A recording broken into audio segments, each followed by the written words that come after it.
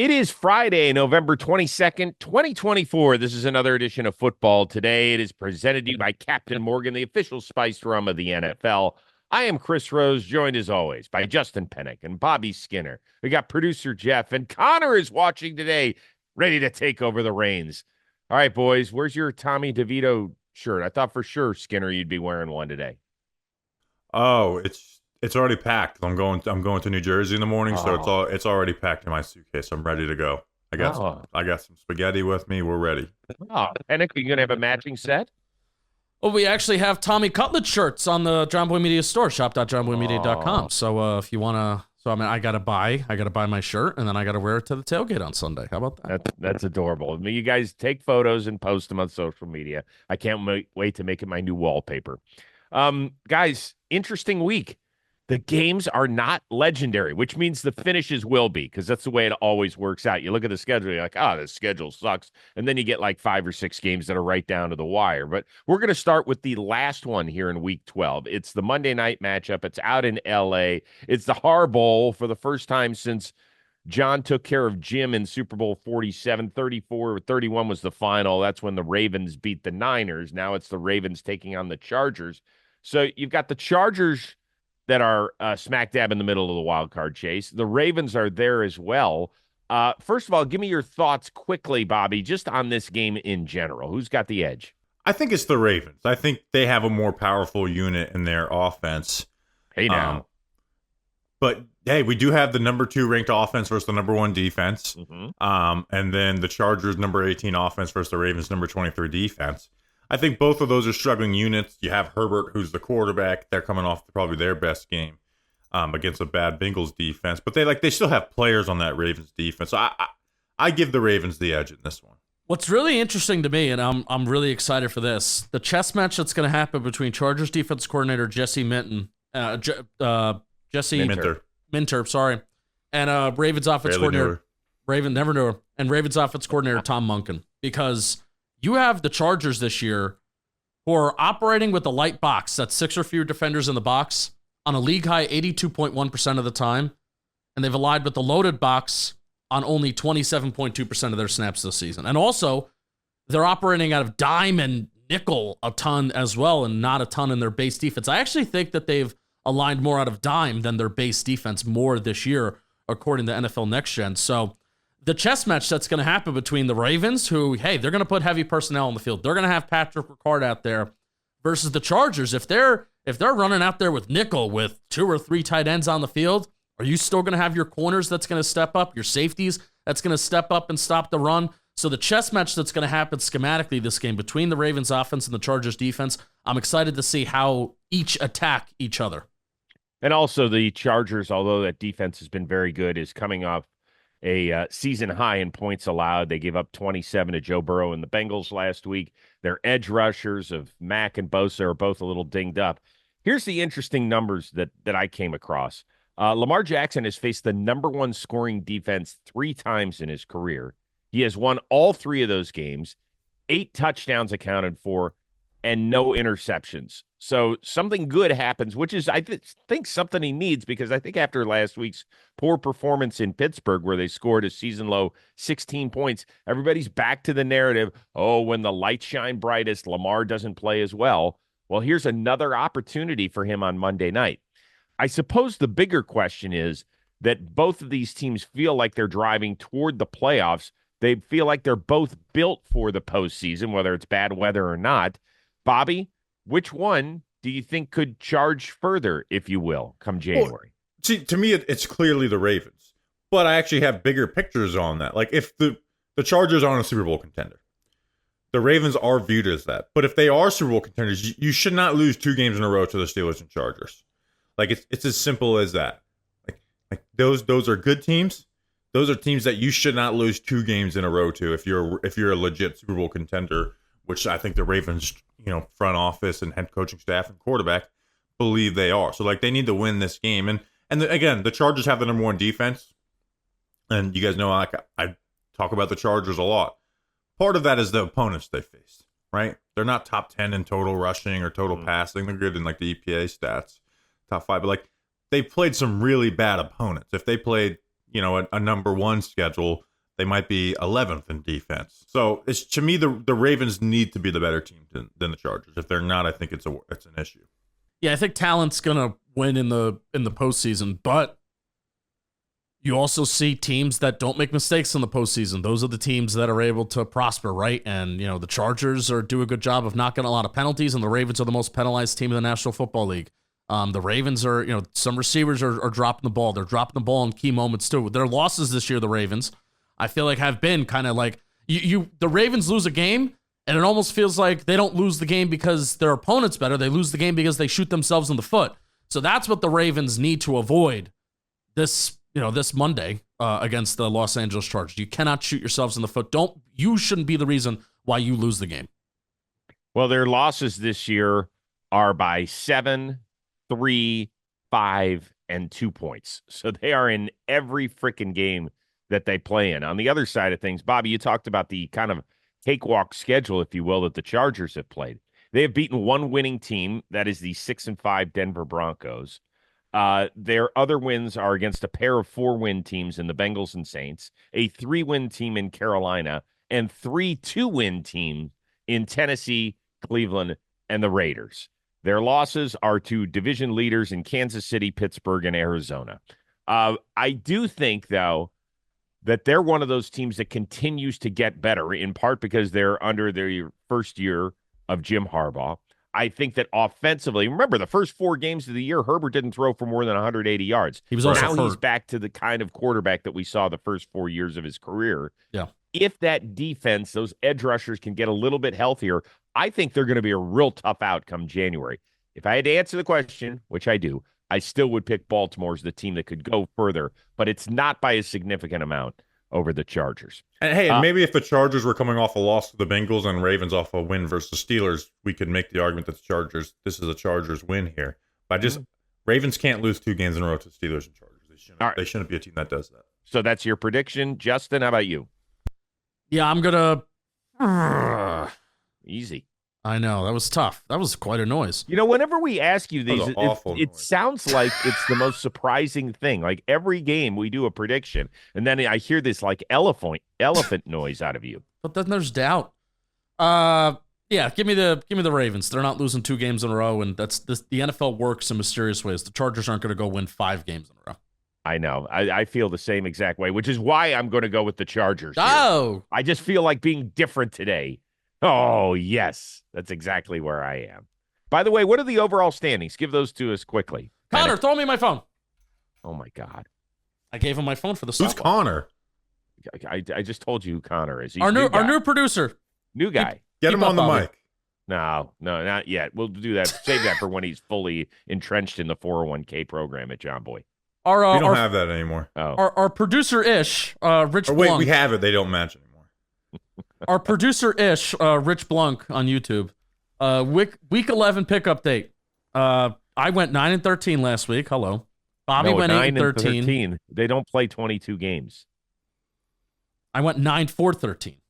9-4-13. There you go, Justin. Yeah, that's better. I'm having a rough morning. I went 9-13. Bobby went 8-13. Rose, you went 7-13 last week. Jesus. So I'm bad at speaking, but I'm good at picking games. The season totals. I'm 94 for 155. So I'll just go through the percentages. 60.6% is my win rate. Chris Rose, 53.6%. Ugh, it's horrible. And Bobby Skinner, you're 52.1%. And by the way, this isn't like we're just picking games head to head here. This isn't like spreads or anything. This is horrific. You know what we're better at? What are we better at? Getting off our ass. With bold flavors and a refreshing citrus kick, Mountain Dew will get you off your ass, have you feeling like you're on an actual mountain. A mountain where the weather is always perfect, your friends are ready to hang, and a day of epic proportion awaits. So here's what I want you to do. Head on outside. Equal parts fun and competition. Go do something, a free throw shooting contest, a long drive contest if you can still golf out there. Play a game of pickup football, toss the frisbee, play some video games if you can set up a monitor and throw on your gamer headset. Play kickball, play wiffle ball, play blitzball, play pickleball, play any kind of ball because the mountain is calling and you should answer. So grab your friends, grab an ice cold Mountain Dew wherever refreshing beverages are sold, and do the do.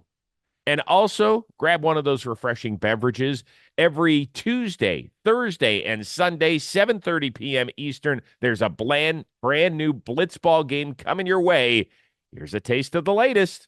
Blitzball Battle 5, something we have never done before inside the warehouse. 1-inning game between a pair of 2-0 teams. Winner gets a bye in the playoffs, moves on to the semifinals. Love Yous taking on Forgotten Rotten. Is the biggest question, will Trevor Plouffe actually do something at the plate?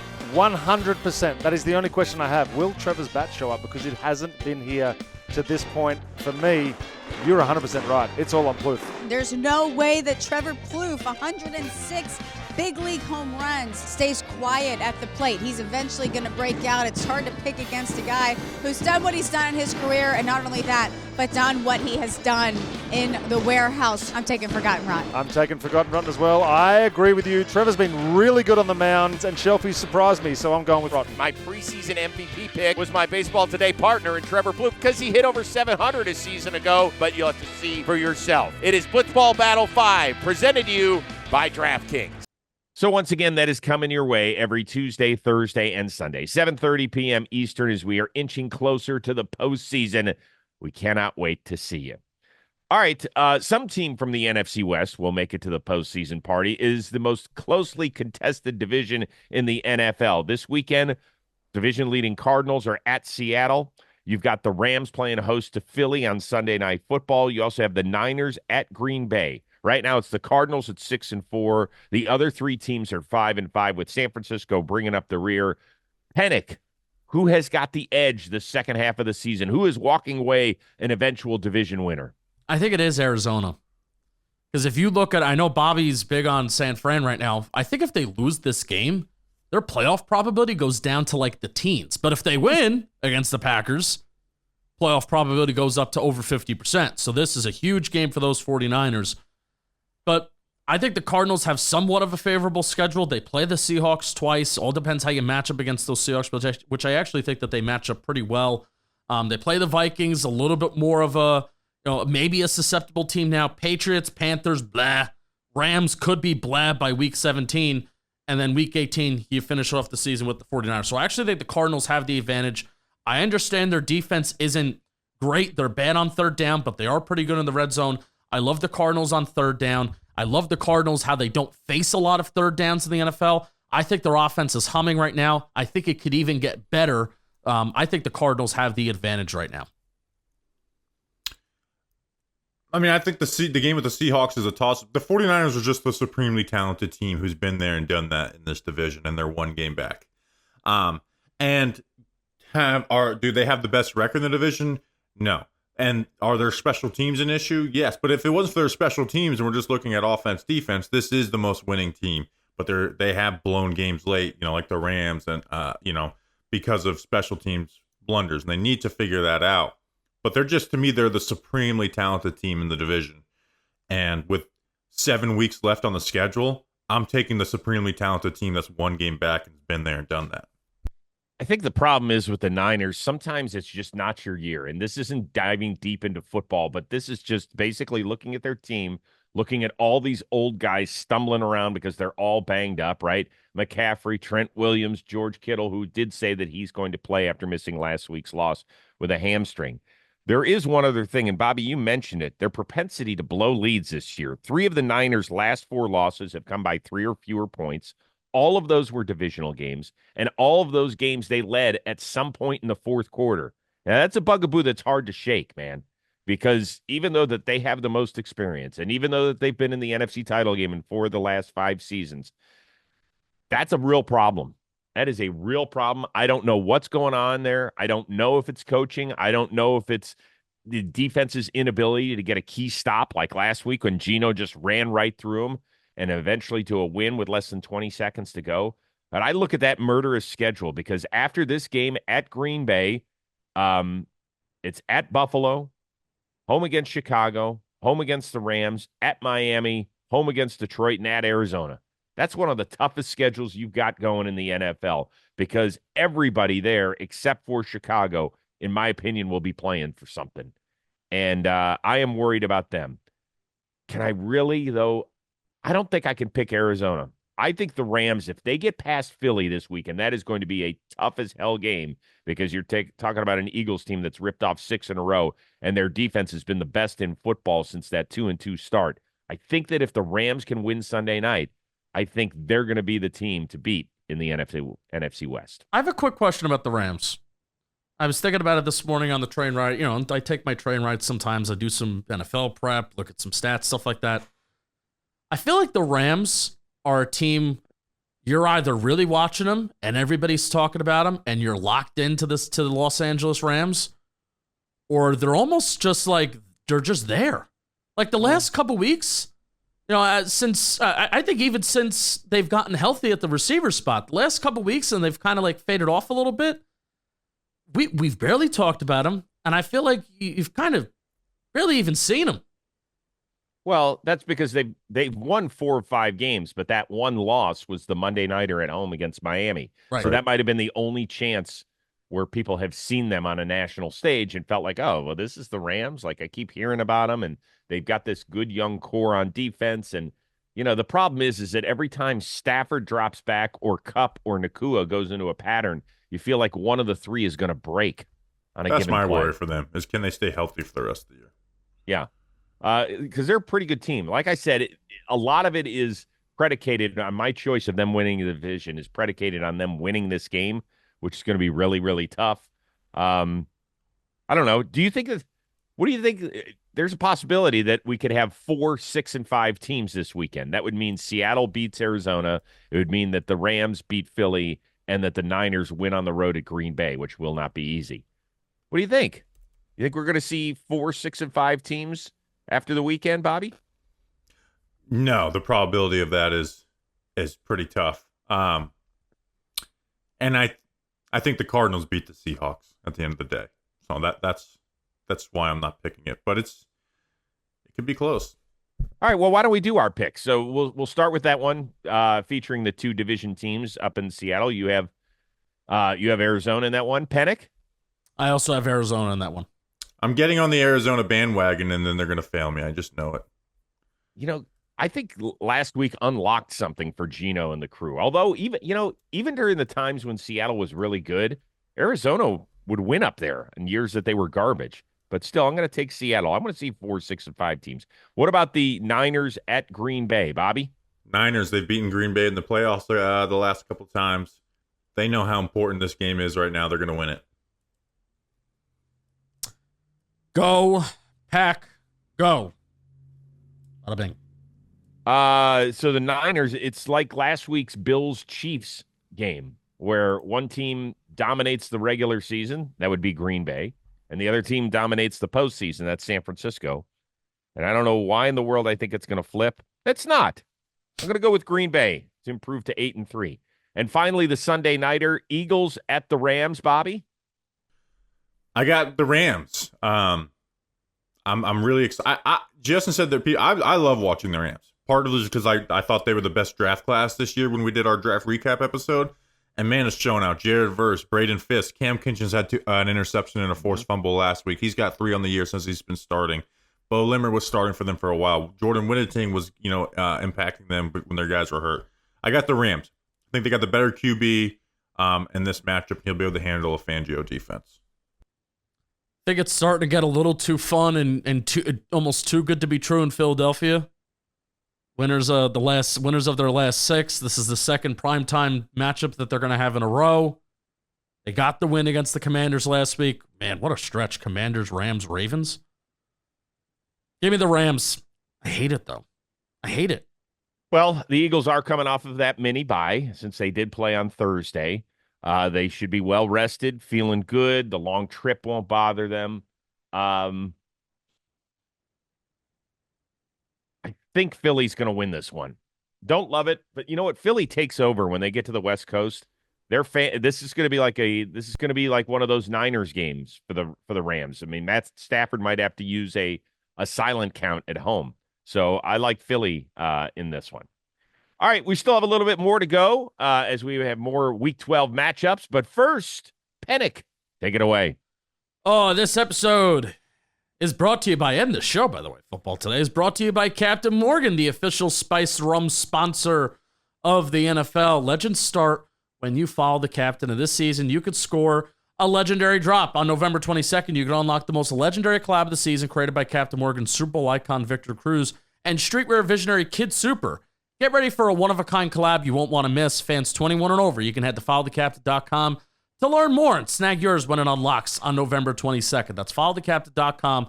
The legend starts when you follow the captain. And by the way, our fantasy football league, my trust in Malik Neighbors and Tyreek Hill hasn't necessarily gone like I've wanted it to. Tyreek Hill has still not fully recovered from, and he's dealing with the wrist injury. Feels like it's going to be kind of a wash year for Tyreek Hill. My guy Malik Neighbors not off to that hot start. He's going to have Tommy DeVito throwing him the ball now. So I'm like at the bottom of the standings in our Captain Morgan Playmakers League, but I'm still going to rest on my laurels that I have a superstar team. Josh Allen, James Cook, Tyreek Hill, Chris Olave, concussion out. Who knows what's going on with him? No purchase necessary for this contest.